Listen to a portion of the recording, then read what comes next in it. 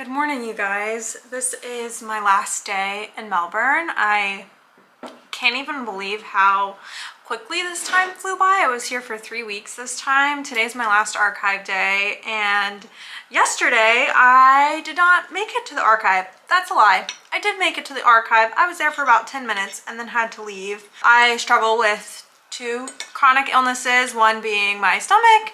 And yesterday I had something that is the second time I've had since I've been in Melbourne, and it's like a new symptom for me, which is kind of scary having that being abroad and by myself. But I just had this like absolute wave of nausea throughout my whole body, and it got like almost like a hot flash, and my head started feeling quite tingly. So I made it through one folder and had to leave. I literally was there for 10 minutes maybe. So that was a bummer. I spent the rest of the day in bed reading for fun and just kind of like napping, resting. I don't really know what it was. I got some nausea pills from a pharmacist, but who knows? This also happened when my mom and I went to see the Beauty and the Beast play, and there was like 4 songs left, and all of a sudden I felt like, I don't know, like I was gonna need to go to the bathroom, like I was gonna maybe throw up. I'm not sure, but I'm feeling much better today. I had a lot of water yesterday, and I don't know if it's just my body's run down. I don't know if it's related to something that I've eaten. That's the hard thing with both of my chronic illnesses. Nobody really knows what they are, both in my hand and my stomach. They've just diagnosed it as IBS, but it's definitely something more than that. All I'll just say is I'm going to the archive today. Yesterday I was at the state library, which was good because it's close. It's like a 10-minute walk from where I am, but today I'm going to the National Archives again and the Public Record Office, which are in the same building, so it's a bit of a commute. I'm hoping to get there by like 10:30. Oh, no, that was yesterday. I was looking at all the missed notifications on my watch and thought Andrew called me, but that was last night. So we're gonna get into it. I have to finish everything today, and whatever I don't finish, I just won't get to this time around. I'm really bummed at some of the files that I didn't get to see yesterday at the State Library. I was looking through the Victorian Children's Aid Society and was hoping I could find some good things on like mothers and children there. So we'll never know unless I have time to come back to Melbourne, which I kind of like highly doubt, but we'll see. Who knows what is gonna happen next summer. I wanted this to be my last trip to Australia just because it's such a big hike to get here, and I hate being away from my husband. But next summer I'm gonna try and apply for the AHA, the Australian Historical Association, to come present at their conference. It's in Queensland. I've never been to Queensland, so I could see the Great Barrier Reef, but who knows? I've been yapping far too much and I need to get on the move. But that's my update for the morning. We're going to the archive, and then I need to pack and clean up this entire Airbnb before I head to Canberra tomorrow, and I'm very excited. I'm staying with some friends while I'm there, so that'll be great. Okay. Breakfast and then get to the archive. I'm putting on my shoes, and I just had to say, I think it's so funny how much my archival wear has changed since I first started going to archives 2 years ago. My first archive trip, I was so nervous, so stressed. I bought a bunch of business professional clothes to wear, and then I was like, oh, like most people, at least in the archives I go to, don't wear business professional. Like you can kind of just wear whatever you want. So I always bring a few business professional outfits just if I have any like events or anything, but it's certainly not my whole wardrobe. And honestly, I would wear this even if I wasn't feeling crappy, but I am feeling crappy. So we're going ultra casual today. And I've got one of my best things that I've ever purchased, which is my portable heating pad, which helps out when I'm having stomach issues. And I literally just put it on, and then I'm ready to go. I also have nausea bands just in case. Don't know if we'll need them. I'm very nervous because this archive is quite far away, so I'm hoping that I can make it through the day, because if I can't, it's gonna be a long time before I can get home. It's not like the archive I went to yesterday. So fingers crossed that I make it through my last archives day here in Melbourne.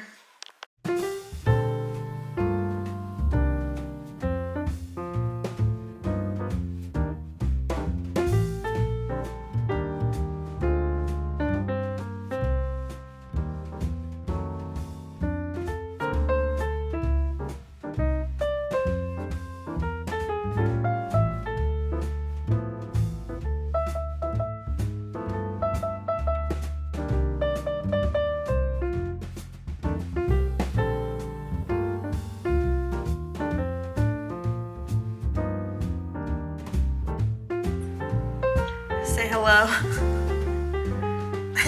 Hello. Lunchtime break.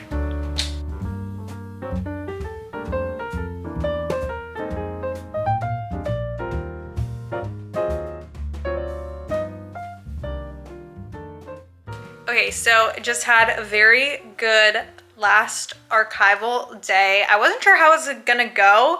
I showed up to the National Archives first, and apparently my appointment was yesterday.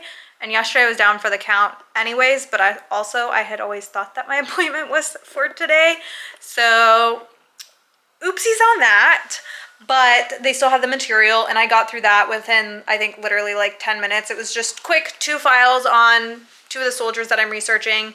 And then the public record office, as I said, is in the same building. So I went over there and I had way less files than I thought I did. And I got through way more on Tuesday, the last time I was there. So I got through all of that really quickly, which meant I had time to come home for lunch, briefly FaceTimed with Andrew, and then went to the State Library of Victoria, which is where I had tried to go yesterday. It only lasted 10 minutes before I had to come home. And my stuff was there, and I was so glad I was able to make it because I had just kind of given up on that stuff. Like, whatever. I didn't know if it was going to be useful, but it was very useful. I was looking through case files of children who had been given over to the state for whether it was a few weeks or a few months or indeterminately because their parents or their family situation, for whatever reason, couldn't keep them. And I was able to look through all of the cases very quickly and take pictures of them and got some good insight into mothers with children during the war. So I was really, really glad that I got to go back for that.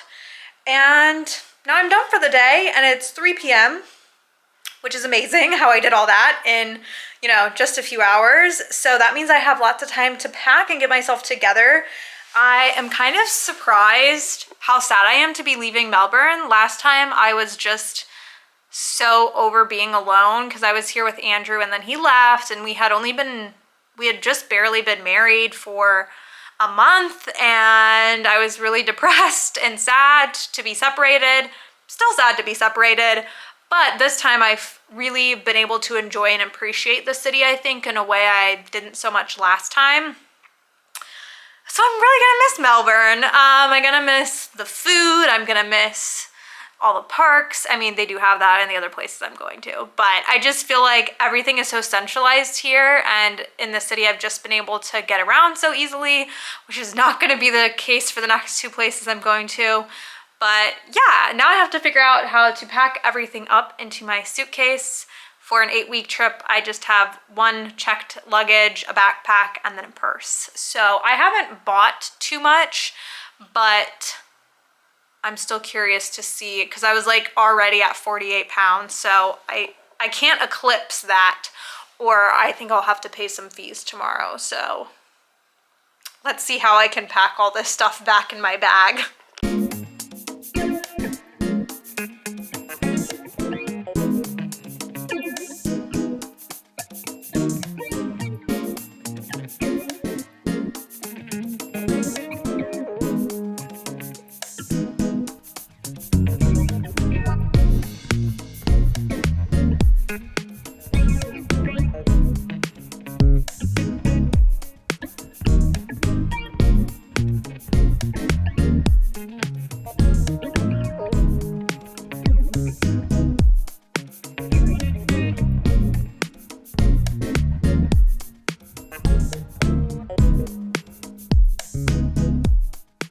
Classic move. I'm running around my last morning, even though I did pack a lot of stuff last night, and I usually talk to my family in the morning in Australia, but I'm like, I don't have time for that. But I wanted to do a quick little Airbnb tour before I leave.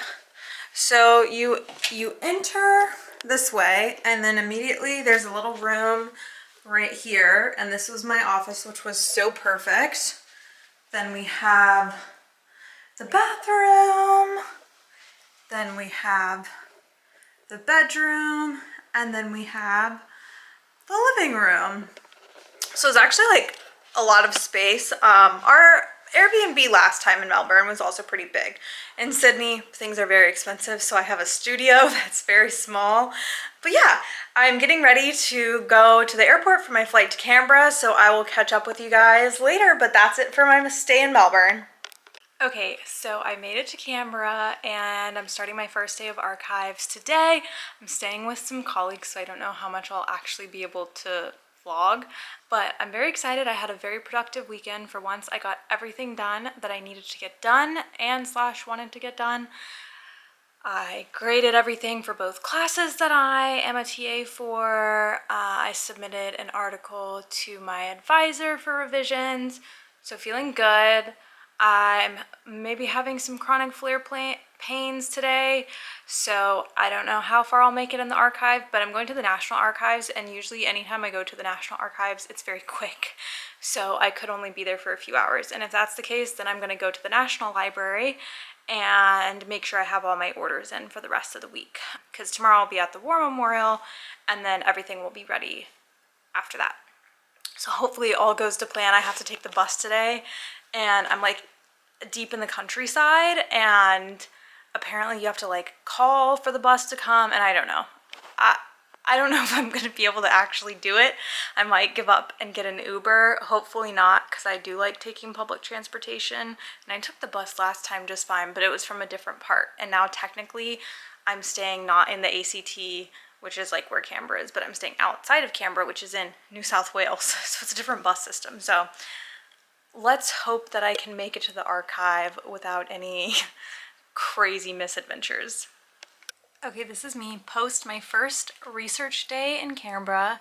I first started off going to the National Archives, and I didn't think it would take very long, and I was right, it didn't. The National Archives never takes long because the files that I look at are always like this big.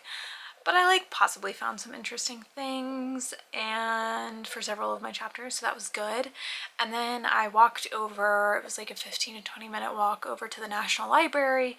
They changed over their library system within the time I've been here. So within a year, they've changed over everything, and my library card wasn't working anymore, and I couldn't request things, and I had sent an email, didn't hear back. So I went in, got that fixed, was able to request all my items, but they weren't going to be ready for a few hours.